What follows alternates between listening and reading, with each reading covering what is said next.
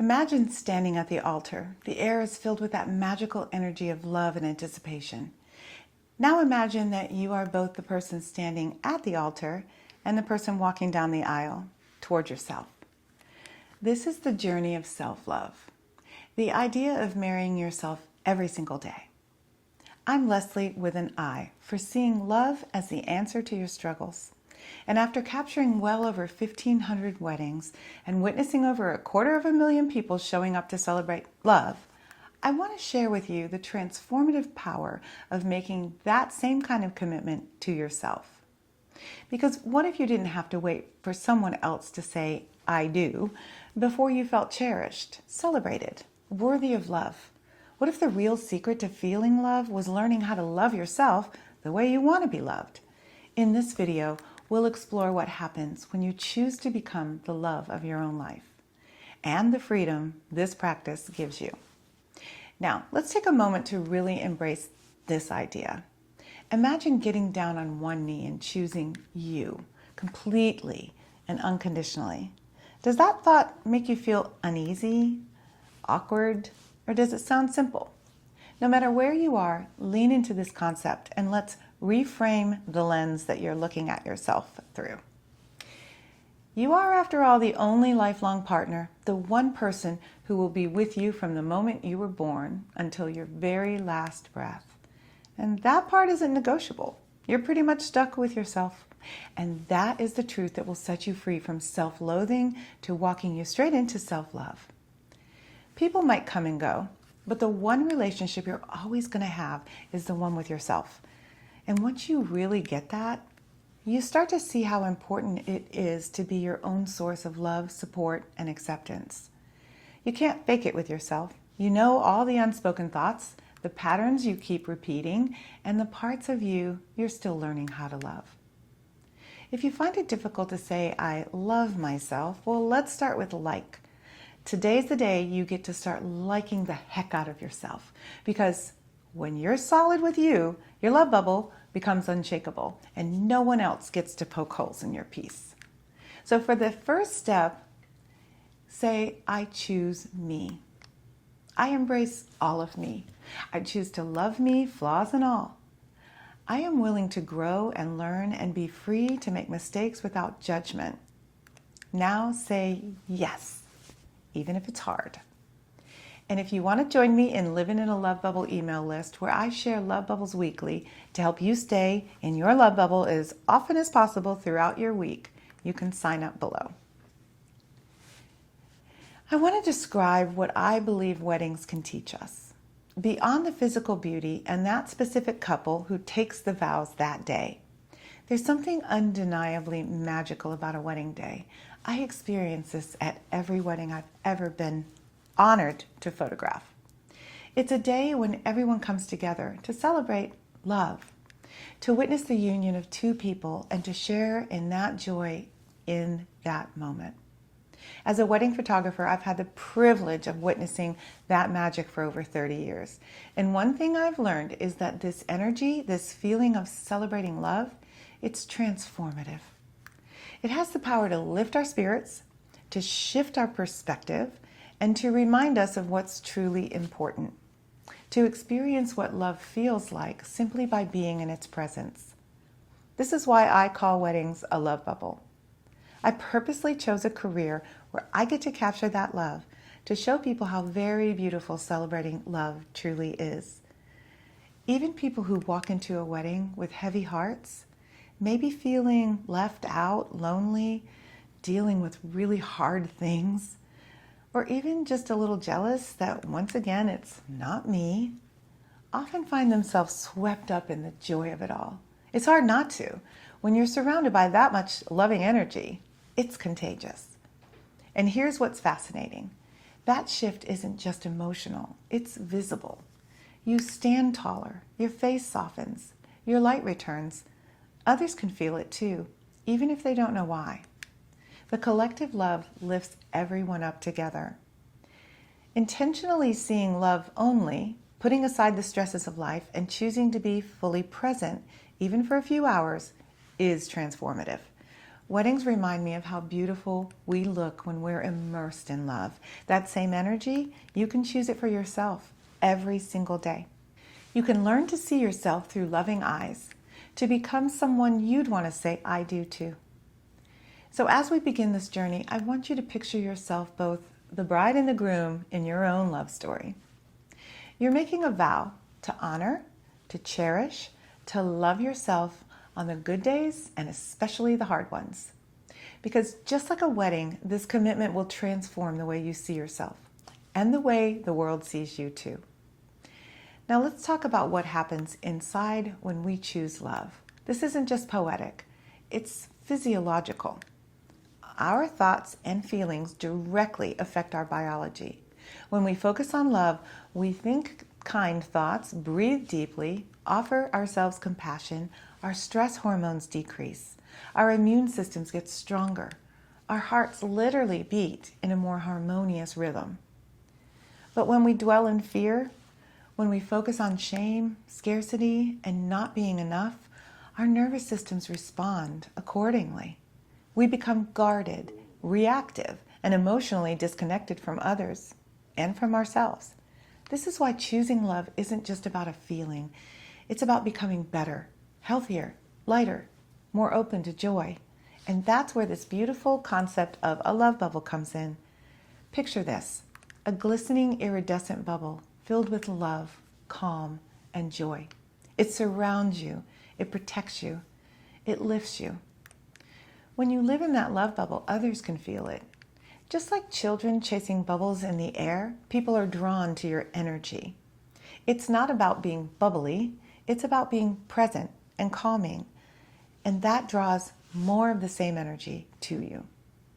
When you're full of love, you attract love, because energy doesn't lie. So once you say yes to you, you'll start becoming aware of how you speak to and about yourself.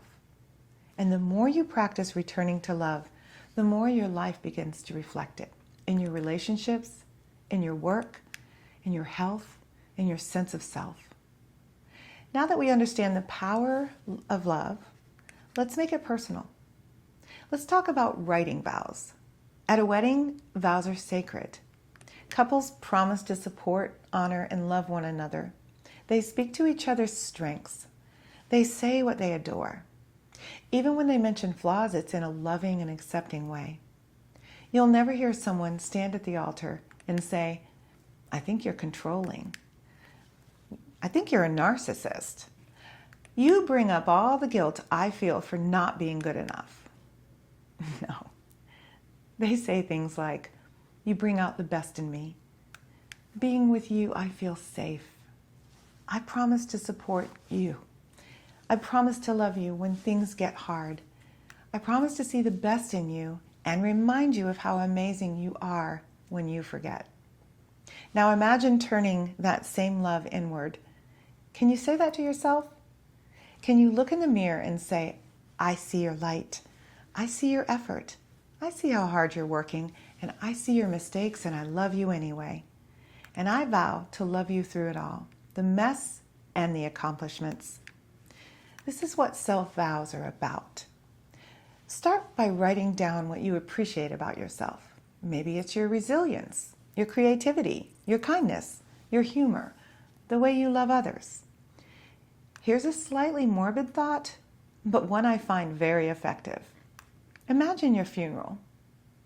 What would others be saying about you? I can tell you what they won't be saying. She gained weight. She's always pushing people away. She looked older than her age. What they will be saying, she was so kind. She helped me when I was dealing with the loss of my dad. She was selfless. She always made me laugh. She made me feel loved. Then write the promises you want to keep. I vow to stop criticizing myself. I vow to treat myself with the same kindness I offer others. I vow to show up for myself every single day. I promise to stop waiting until I get it together to love myself. I choose to love myself while I'm growing, not just once I arrive. I vow to see beauty in this body, this vessel that has carried me through joy, heartbreak, laughter, and survival. I promise to honor my intuition even when it whispers quietly while the world is shouting.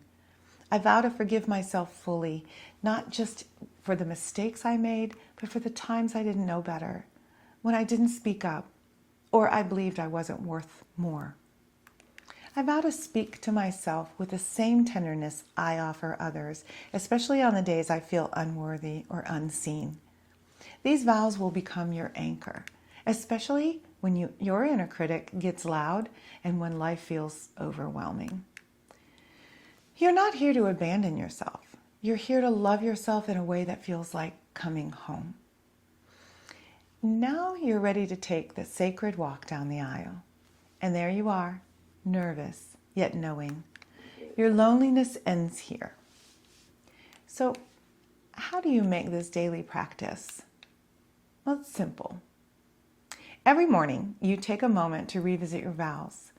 Keep them in a notepad, or on your phone, or on your mirror, or tucked away in a journal. Read them, speak them, own them.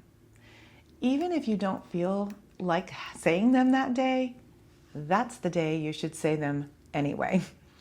This is how new beliefs are built. One day, one repetition, one loving word at a time. And as you begin to live from this place, you'll notice something profound.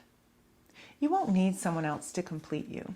You'll stop looking for love in places that keep letting you down. Because here's the truth I've learned after 30 plus years of a career of focusing on love. Not one time will anyone else make you happy. Other people can add to your happiness. They can celebrate with you, they can walk beside you and love you beautifully. Usually to the extent that you are practicing self-love. But they cannot do the work for you. Your job is to love yourself enough to become the kind of partner you'd want to walk through life with. That's where peace begins. That's where joy begins. And that's where transformation begins. And I promise you this way of treating yourself has many unexpected side effects, the kind you're really going to begin to treasure. When you do this work, when you write your own vows and live them, something even more magical happens. The people around you start to shift. Your relationships feel easier. The ones that aren't aligned begin to fall away as if they've served their purpose in your life. And you feel free to form new and more meaningful bonds. The people who match your new vibration, your self-worth, your joy, they start showing up. And the people who are in your life that are your people begin to see a transformation that will strengthen your relationship. Why?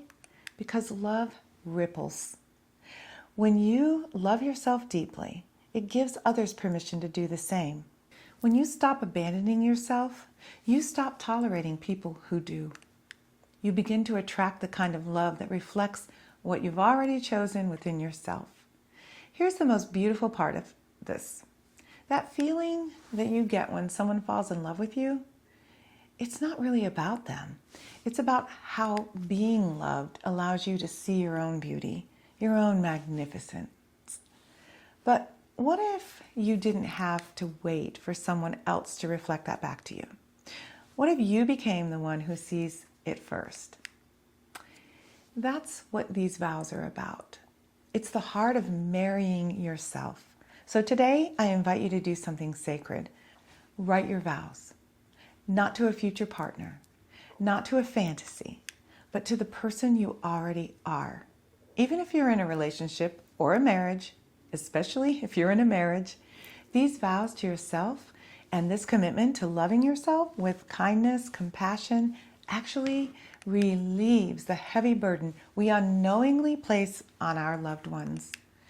The kind that silently says, "You make me happy, and if I'm not happy, it must be your fault." Let me say that again. When you say, "You make me happy, and if I'm not happy, it must be your fault," what a silent pressure valve. It's just waiting to burst. I know you don't say the rest of that statement, but when you say, "You make me happy," that comes with that tagline. And if I'm not happy, it must be your fault. We do that with our relationships unknowingly. So make a promise to love yourself with compassion, devotion, and grace.